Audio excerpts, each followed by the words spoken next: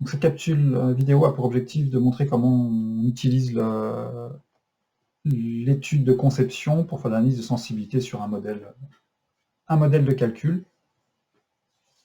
Donc ça peut être un outil très, très utile, une fois qu'on a un modèle validé, d'utiliser cette étude de conception pour faire l'analyse de sensibilité, c'est-à-dire faire varier un des paramètres ou plusieurs paramètres et voir leur effet sur une réponse, sur une grandeur qu'on souhaite observer. Donc le préalable à cette étude de conception, c'est d'avoir déjà une simulation qui fonctionne, qui est optimale, c'est-à-dire qu'elle donne la précision et elle donne satisfaction en termes de précision des résultats qu'elle renvoie. Et aussi, elle est optimisée en termes de temps de calcul pour ne pas rendre cette analyse de sensibilité trop longue, puisqu'on va être amené à lancer plusieurs calculs en série. Donc là, notre simulation, très rapidement, c'est une traction sur cette demi-pièce avec une grandeur là, qui est cette zone-là où on veut récupérer la contrainte maximum. Donc notre étude de sensibilité, on va donc créer une nouvelle étude, aller dans l'outil étude de conception, on valide, et on a ce tableau qui apparaît en bas d'écran, avec donc une possibilité de faire de l'optimisation, donc d'essayer de trouver une grandeur, de minimiser ou de maximiser une grandeur, par exemple la masse de la pièce. Donc nous, on ne va pas l'utiliser aujourd'hui, on va un petit peu détourner l'outil donc en définissant des variables. Donc ici, on va faire une première variable sur le perçage, le diamètre de perçage. Donc là, il faut bien repérer dans votre modèle quelle est la cote qui est reliée à ce diamètre de perçage. Donc ici, sur mon modèle, c'est cette valeur-là. Je clique et je vois apparaître dans mon tableau ici.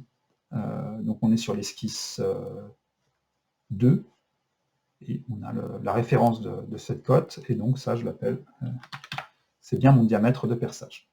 Sa valeur par défaut, c'est 20 mm.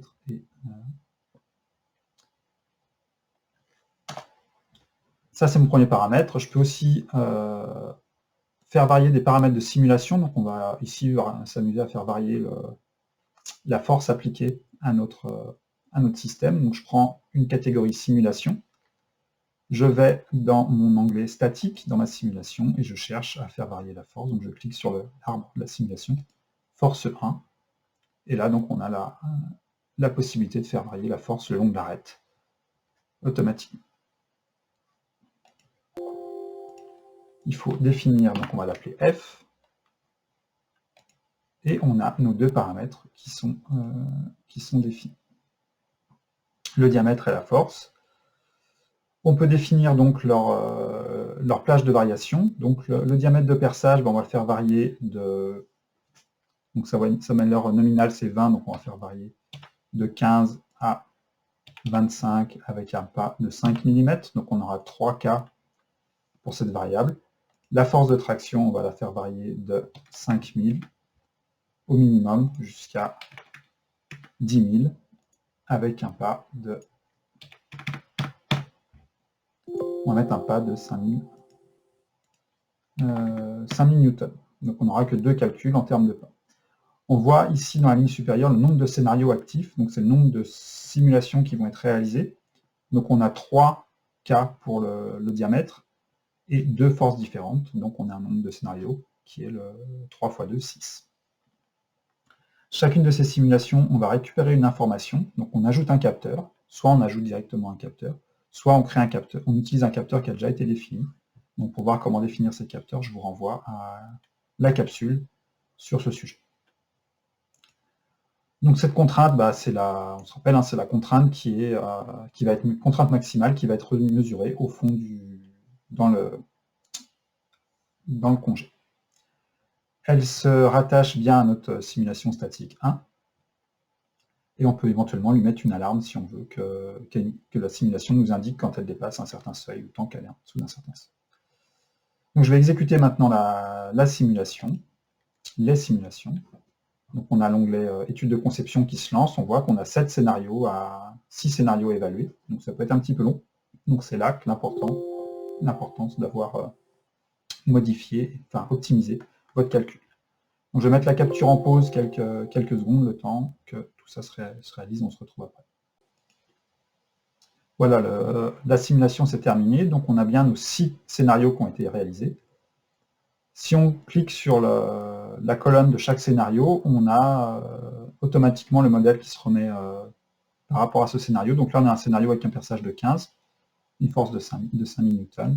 Scénario avec un perçage de 20, on voit le diamètre qui a augmenté, et un perçage de 25.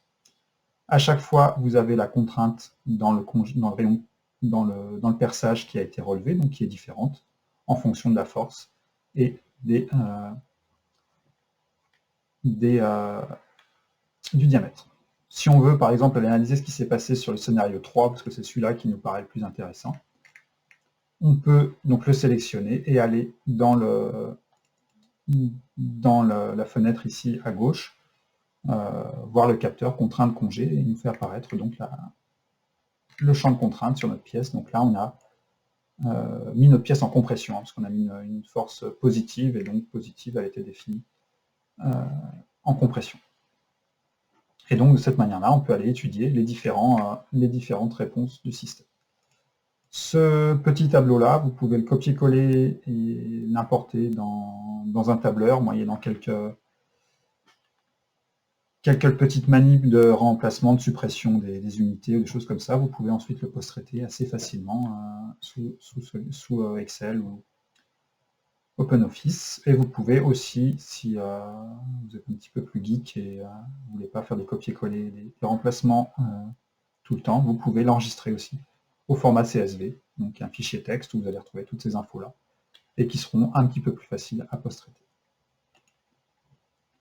Donc voilà pour cette capsule sur l'étude de conception. Donc c'est un outil qui peut être très puissant. Attention, le seul risque, c'est de créer un nombre de scénarios trop élevé et que votre calcul dure, la réalisation de tous les calculs soit bien trop longue par rapport au temps que vous avez.